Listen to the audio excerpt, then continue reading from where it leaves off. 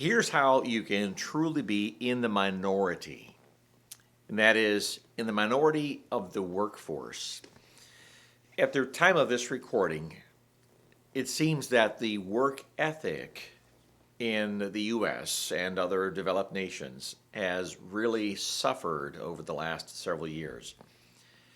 So, I want to just share some thoughts with you about your work ethic and how having a very strong work ethic will serve you well. First of all, don't be too proud to work hard in the trades if you're not a white collar worker. Don't look at those kinds of jobs as being something beneath you. Be willing to learn a trade if you're not maybe college graduated or having the sort of credentials required to be in a white collar trade or a professional type of a career. So if you graduated high school and you're just kind of going from job to job to job, not quite sure what you want to do, you can learn a trade in fairly short order in many cases, oftentimes on the job training with some side school, if you will, ancillary studies, sort of.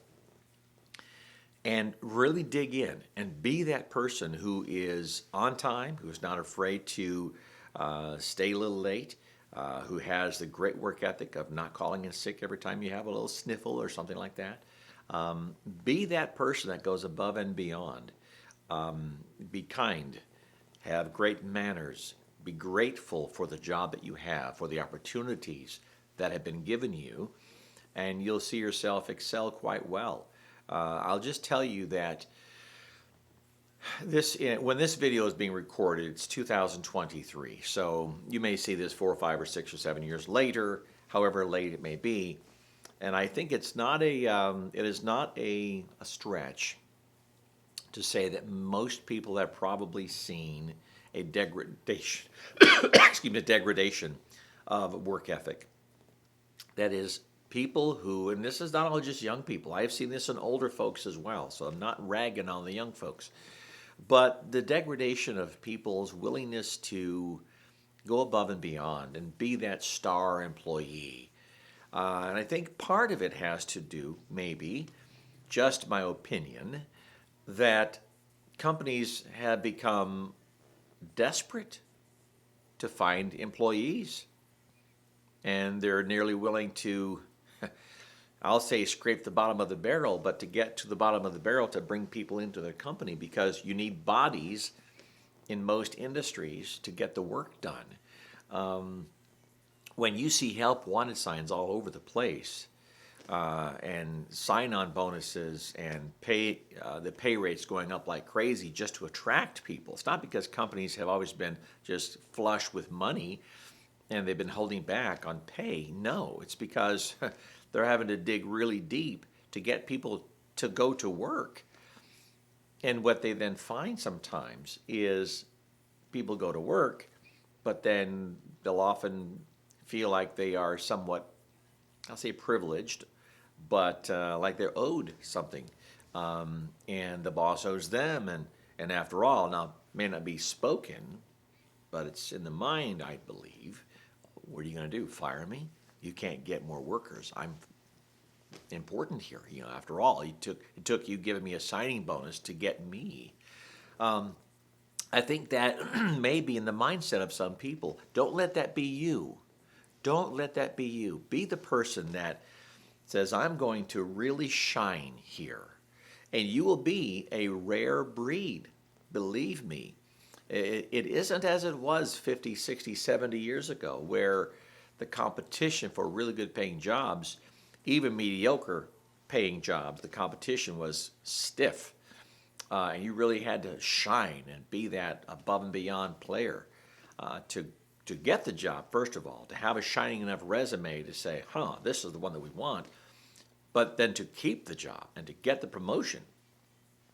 So today, if you want to be that superstar, man, you will be a rare find if you are that employee who, I'm not saying go to work if you're diseased or if you have a communicable situation or a contagious, virus or something. No, but Be the one that shows up and shows up on time and stays until the work is done and meets deadlines and operates under budget if you're in charge of a budget that's part of your project or whatever the case may be, or if it's just a regular process type of job. Be sure that the process job you're on is done with exceptional quality and care and conscientiousness, so that the product or the output, whatever the result is of your work, is really, really good, because that's not as common as it used to be. There's a reason that many companies have gone robotics, not just to save money on payroll, that's part of it, not just to have people that are there that don't call in sick, because robots don't call in sick, but also to have consistent quality. When you have machines making things and the machines are properly calibrated, it puts out a consistent product nearly every time.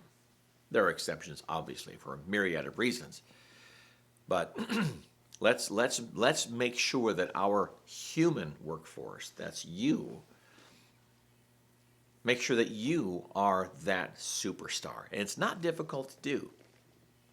Watch more of these videos. You'll get a lot of pointers that are along this line. But your work ethic is really, really, really important. It'll help you be the person that they want to keep versus let go. It'll help you get pay raises. It'll be someone. It'll help you, generally speaking, operate in an environment that you're creating around you that's positive and welcoming, and you'll find it a pleasure to go to work, or at least not a drudgery. Okay? Well, thank you for watching this Job Tips Straight Talk. I appreciate it so much. Please like, subscribe, share, hit the bell, all the good stuff. And I hope you have that job, that dynamic career with a great work ethic that you want to have. Take care.